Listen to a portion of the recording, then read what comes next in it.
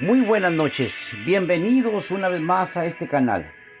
Mi Dios y Padre eterno que estás en los cielos, santificado sea tu santo nombre. En esta noche, mi Dios, te damos gracias por la vida que nos das, porque Padre mío podemos reflexionar y caminar contigo. Mi Dios, la vida se nos ha hecho más fácil, más bonita, estando a tu lado. Bendícenos, Padre Santo, bendice a la viuda, al huérfano, a todo el que sufre, el que llora, mi Dios, sé con ellos. No nos dejes, mi Dios, y haznos entender en esta noche tu palabra. En el dulce nombre de Jesús. Amén. El libro de Éxodo, capítulo 25 y el verso 8. Y harán un santuario para mí, y habitaré en medio de ellos, conforme a todo lo que yo te mostrare, el diseño del tabernáculo y sus utensilios. Cuando Dios sacó al pueblo de Dios de Egipto, en el monte Sinaí, Dios le dio al profeta instrucciones precisas en cuanto al plano del santuario y los servicios que debían de realizarse allí. Y lo podemos ver en el libro de Éxodo capítulo 25 y el capítulo 30. El propósito de Dios al dar estas instrucciones era para que el pueblo comprendiera y considerara la santidad de Dios y su pecaminosidad de ellos. El anhelo de Dios de perdonarlos en respuesta a su arrepentimiento.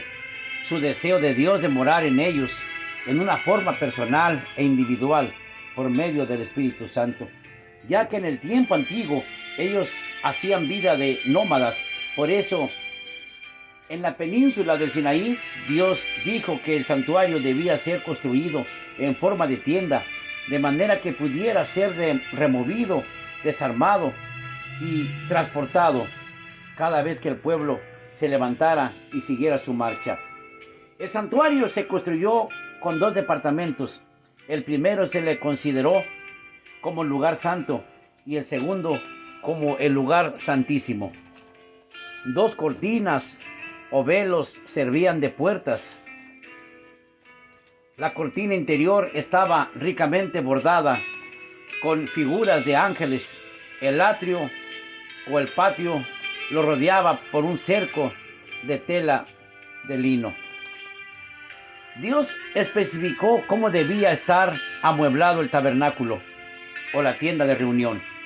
Imagina que usted y yo caminamos con Aarón y nos está enseñando los muebles y nos lleva a la entrada del atrio. Y nos enseña en el atrio, o sea en el patio, un altar recubierto de bronce, que es el altar de los holocaustos. Luego seguimos avanzando, caminando con él, con el sumo sacerdote Aarón, y nos muestra la pila de bronce, un recipiente lleno de agua para los lavados ceremoniales o el lavacro. Luego Aarón nos guía al primer velo y nos conduce a la penumbra del lugar santo. Hay fragancia, una columna de humo se eleva del incienso que arde sobre un pequeño altar, que es el altar de incienso, que está directamente frente al segundo velo. Nuestra atención se dirige ahora al candelabro de 7 brazos que está a nuestra izquierda, cerca de la pared, hacia el sur. Aarón nos dice que es de oro macizo, que algunas de sus lámparas siempre están ardiendo. Junto a la pared del norte nos encontramos con un mueble recubierto con oro del tamaño de una mesa. Aarón nos dice que es la mesa de los panes de la presencia. 12 panes, uno por cada tribu de Israel, son puestos. Hay cada sábado se ponen ahí. Y nos quedamos mirando la cortina que divide los 2 departamentos. Aarón recorre la cortina y entramos al segundo departamento, al lugar santísimo. Recuerde usted que nos estamos imaginando, ya que ahí no podía entrar nadie, solo el sumo sacerdote. Pero nosotros, como nos estamos imaginando, estamos entrando al segundo departamento.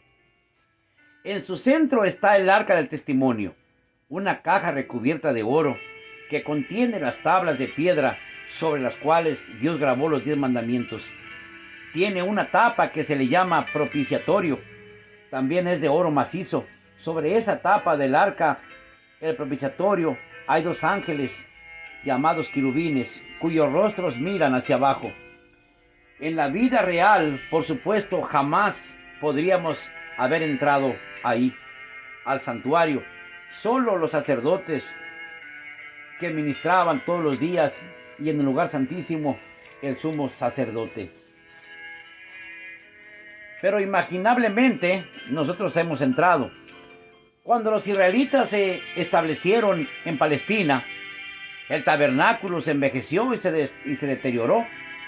El rey Salomón lo reemplazó por un templo de piedra mejor, edificado en Jerusalén, basado en el mismo plano del santuario del desierto. Pero 300 años después, Nabucodonosor lo destruyó al inicio del exilio babilónico. Al terminar el exilio babilónico, después de 70 años, más tarde los judíos construyeron un segundo templo, siguiendo el mismo plano del templo de Salomón. Solo que este ya no tenía el arca del pacto. Este segundo templo fue profanado por Antíoco Epifanes en el año 168 a.C. Herodes lo mandó reconstruir y lo embelleció. Nuestro Señor Jesús enseñó en ese templo, que luego fue destruido por los romanos en el año 70. Los servicios del Antiguo Testamento estaban relacionados con pastores, con rebaños de ganados, con manadas de ovejas y cabras, que simbolizaban la muerte de Cristo y su ministerio celestial para el perdón de nuestros pecados.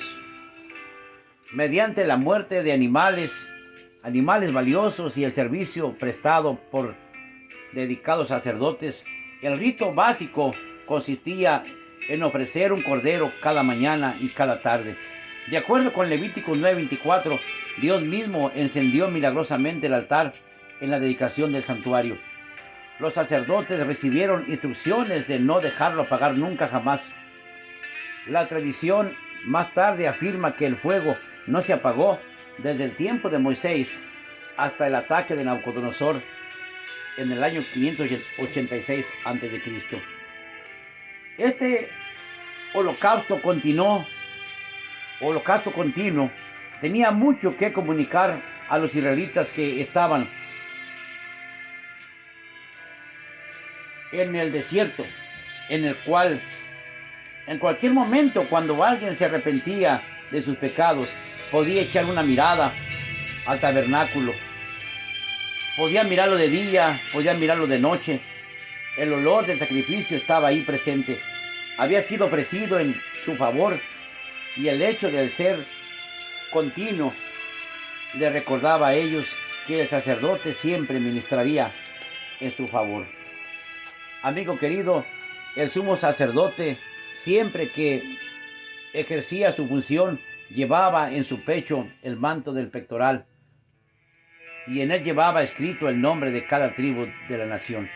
Y de ese modo, en forma simbólica, presentaba delante de Dios el nombre de cada persona que hacía fuera del tabernáculo o en el campamento, ya que ellos no podían entrar al santuario. Más tarde, cuando los israelitas se asentaron lejos de Jerusalén, no pudieron ni siquiera ir una vez al año, ya que para muchos les era imposible, y estos pudieron haber pecado y ya no estar frente al altar, pero tenían el consuelo y la convicción de que los ritos del santuario se continuaban celebrando en su favor. Entender, amigo querido, el ministerio sacerdotal en el sistema hebreo nos ayuda a entender lo celestial. La tipología usada en Hebreos, los tipos o símbolos de cosas mayores que se cumplen en Jesús y su ministerio en el santuario celestial. La purificación del santuario en Levítico 16, o el gran Yom Kippur mencionado en Levítico 23, 27 al 28, o el día de la expiación con aquellos dos machos cabríos, nos lleva a nosotros a hacernos una idea de lo que nuestro Señor Jesucristo está haciendo hoy en día en los lugares celestiales o en el santuario celestial, que era el tipo del antitipo. Amigo querido, los ritos del santuario terrenal, los pecados que eran transferidos a la víctima y que el pecador degollaba a la víctima, los pecados eran transferidos al santuario. Allí en el lugar santísimo se acumulaban todos los días de todos los pecados simbólicamente de cada persona, por lo cual el santuario se contaminaba. Cada año debía de hacerse una expiación. Y ese día se le llamaba el Gran Yom Kippur. El sacerdote o el sumo sacerdote solamente entraba una vez al año al segundo departamento y hacía la expiación, 2 machos cabríos, un carnero para él. Y se mataba al que representaba a Jehová, el que representaba a Azazel, se le cargaban todos los pecados acumulados en el santuario, se le transferían a él, pero él no se mataba, él se echaba al desierto y allá se moría. De esa manera, el enemigo de nuestras almas o el diablo, al final es responsable por cada pecado que tú cometas en esta vida y pagará por ello. Amigo querido, que Dios te bendiga en esta noche y que puedas entender lo que se hacía en el santuario antiguo. El próximo tema vamos a ver cuándo entró Jesús del lugar santo al lugar santísimo y qué función desempeña, qué está haciendo, por qué todavía el plan de salvación no se termina. ¿Quieres conocerlo? Pues te invito a ver el tipo o la realidad de la sombra, los cumplimientos que tuvieron en Jesús y qué fue el Señor a hacer después que ascendió a los cielos. Que Dios te bendiga ricamente en esta noche. Mi Dios y Padre eterno, gracias Padre mío te damos en esta noche por la vida que nos das. Mi Dios, eres bueno y mi Dios, estamos contentos y agradecidos contigo por un día más, porque nos das la vida, porque nos das la salud. Señor, has obrado poderosamente en nuestra vida y estos milagros, Padre mío, no se escriben, pero ahí están, Padre mío. Gracias por ello, mi Dios. Te damos las gracias en el bendito y dulce nombre de Cristo Jesús. Amén. Amigo querido, que Dios te bendiga. Que Dios haga resplandecer su rostro sobre ti y que Dios ponga en ti paz.